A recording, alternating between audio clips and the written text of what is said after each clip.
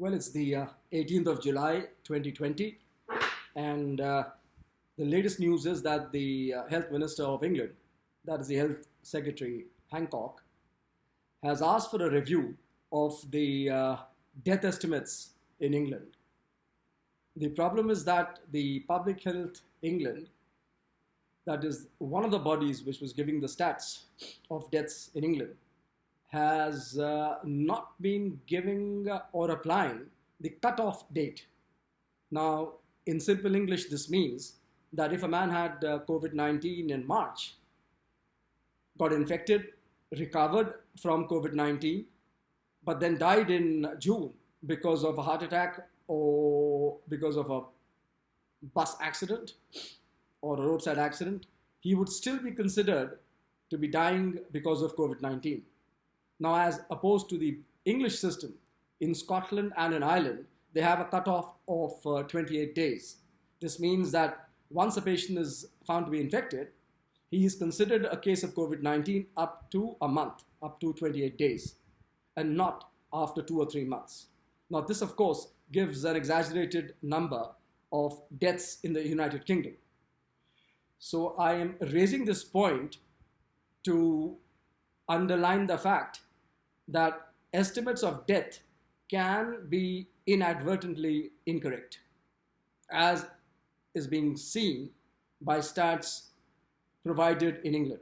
Of course, the NHS, and there is an official stats institute in England, even they provide information on deaths, but a review is on, as ordered by the Health Minister of England. The second point I have to make this evening is that we must talk about this bat, because this is a bat coronavirus. The bat is called a horseshoe bat. The size is merely 3 to 4 inches, maybe smaller than that. So we have this small little bat. The scientific name is Rhinolophus affinis, and a bat harbors lots of viruses in its body. It harbors the Ebola virus, the Marburg virus, the Nipah virus, the Hendra virus, apart from SARS and MERS virus. So how or why does the bat, how is it able to carry on with so many viruses in its body? The answer is most probably the bat has become capable of adjusting or living with these viruses, which means that in the bat, the virus is not hazardous. The immunity system in the bat is so aligned now, or has matured to this extent, or to the extent that the antibodies, the T cells, do not overreact nor do they underreact, which means they are in perfect harmony with the viruses in the bat. However, when the bat secretes these viruses, either by its excreta or by urine or by spitting it out from its saliva, then we have a problem. If a human being is exposed to this virus or any virus, then the human can be infected. Now, why is the immune system of the virus so adapted? That answer is not clear. But there is a fact that the ancestors of the horseshoe bat go back 40 million years. I repeat, the ancestors of bats go back 4 crore years, whereas human ancestors go back just 2 million years. That is 20 lakh years. The Homo sapien is barely about 500,000 years old, and the Homo erectus, our ancestors, came about 2 million years ago. So we have a long way to go before we get adapted to these viruses. The other thing astounding about these bats is that the bats, when they fly, their heart rate goes up to 1,000 beats per minute, which is really very fast. The human heart normally beats around 70, 60 to 100. And even when you're running, even when you're exercising vigorously, the heart rate will go up to about 160, 180, 190, not above 200, by and large. A heart rate above 300 is actually dangerous to the life of the human concerned. And we account that in cardiology. We call those heart rates, sometimes they are described as ventricular tachycardia. And at times, if it's even quicker than that, then that is ventricular fibrillation. And that means almost instant death. So the bat is different in the sense that it has evolved over 30 to 40 million years. It is a small creature, 3 to 4 inches in size, and yet right now has the entire planet under lockdown. Now that is some feat by this virus, which I call the Chinese virus or the Wuhan virus, because I have now stopped calling it the SARS coronavirus 2 virus. Now we come to something more important, because somebody raised this issue this morning about what is herd immunity. Now, herd immunity is defined as the proportion of people in the community who have become infected. And when this number is reached, then the virus or the germ is incapable of infecting another human being. The epidemiologists have been saying all these months that the herd immunity level is about 60 to 80%. They calculate this by a very simple formula, that is 1 minus 1 divided by the reproduction number. The reproduction number was assumed to be 2.5 in the case of the Wuhan virus. Now, when you calculate that 1 minus 1 divided by 2.5, then you get a figure of 60 to 70%.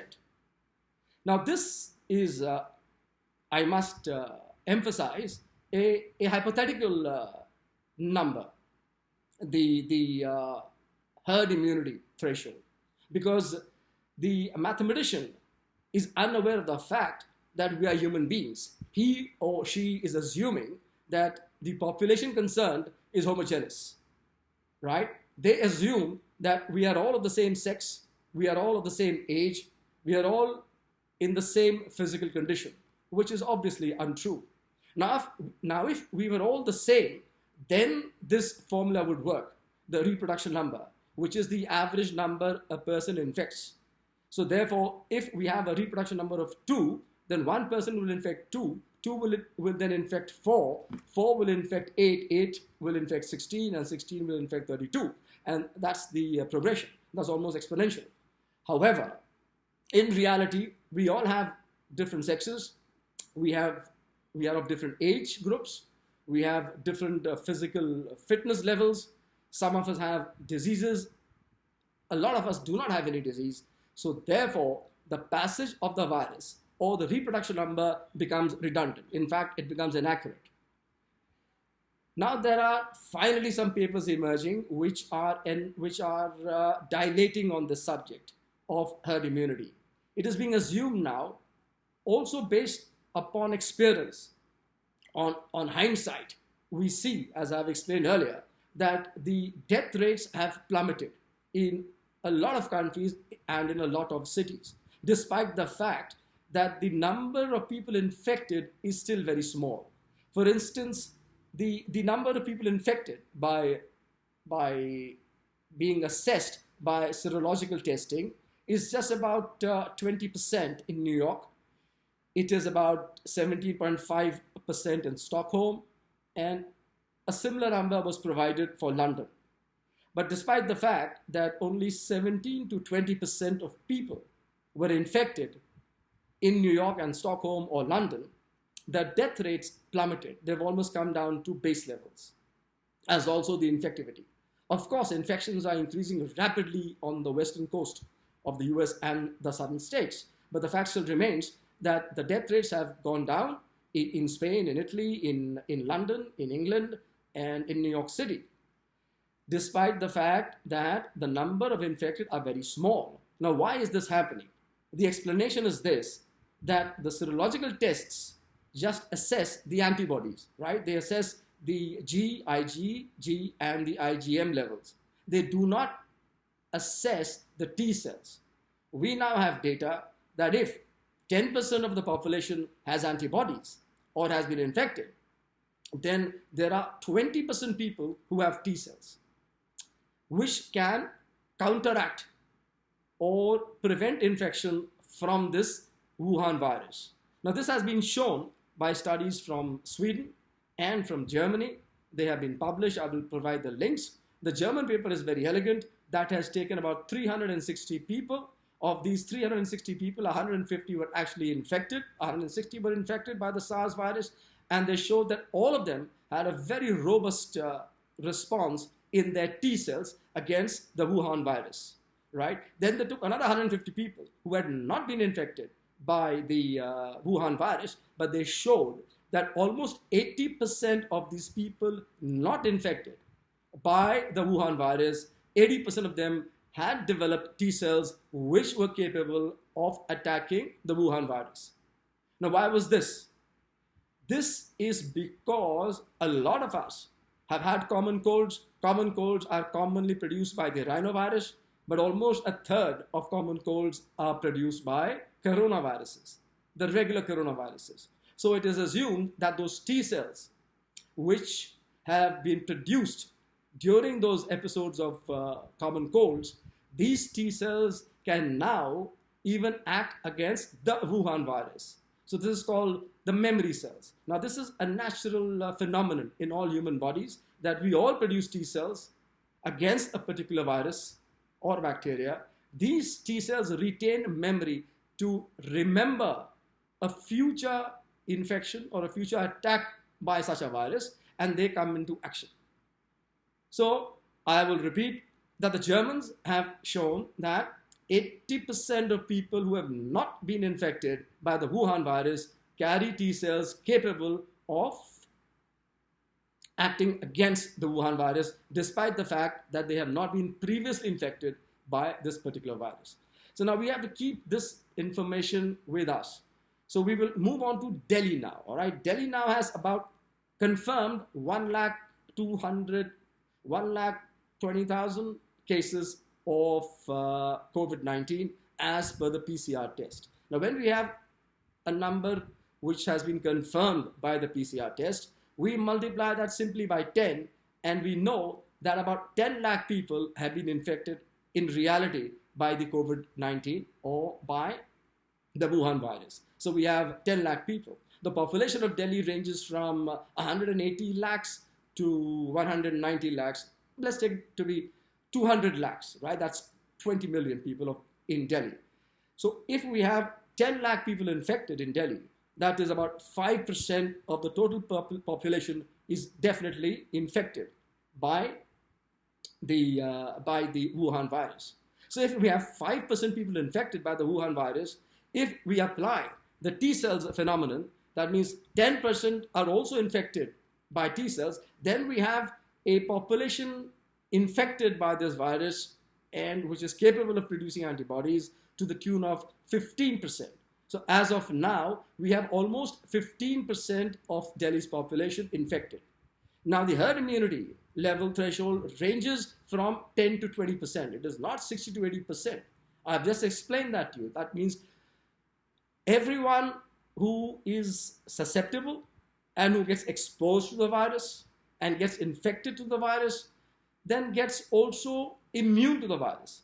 And by virtue of being immune to the virus, that person then prevents somebody else from getting infected. And that is why when the infection rate approaches 15 to 20% in a community, in a city, or in a country, then there's a rapid decline in the number of new cases and in the number of deaths, right? So now if we presume that almost 15% of Delhi's population has been infected and they are capable of producing antibodies of the IgG and IgM types, and also T cells, then we should be now hitting the threshold within a fortnight, or maybe 10 days or 14 days, we should be having herd immunity. Remember, herd immunity is not 80% or 70% as described by theoreticians like mathematicians or epidemiologists.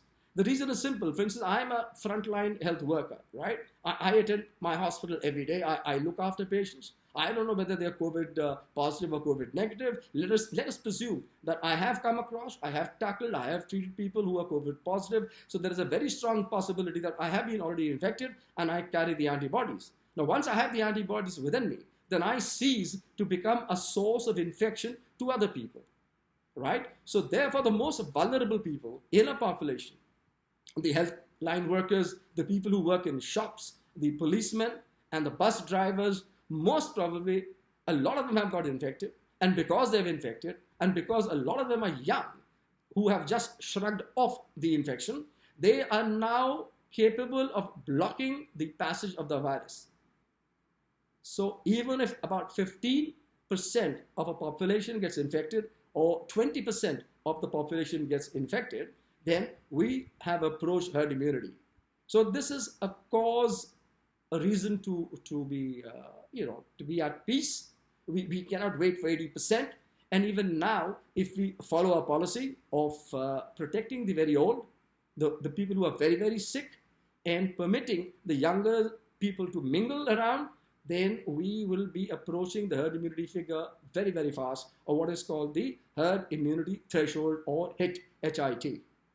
Apart from this, what else do I say? There's a lot of noise about airborne transmission, that, that it has been, a letter has been written by 250 scientists. The WHO is now contemplating on changing its viewpoint on airborne transmission. Now, I find this just a lot of noise, because the fact still remains that whether there was airborne transmission or whether there was no airborne transmission, right, we still have a decline in the number of cases. We still have a decline in the number of deaths in large parts of the world.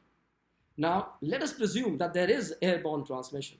Okay, they say, the scientists who have written this letter say that because there is airborne, or rather what is called aerosol transmission, the virus will linger in the atmosphere for a longer time.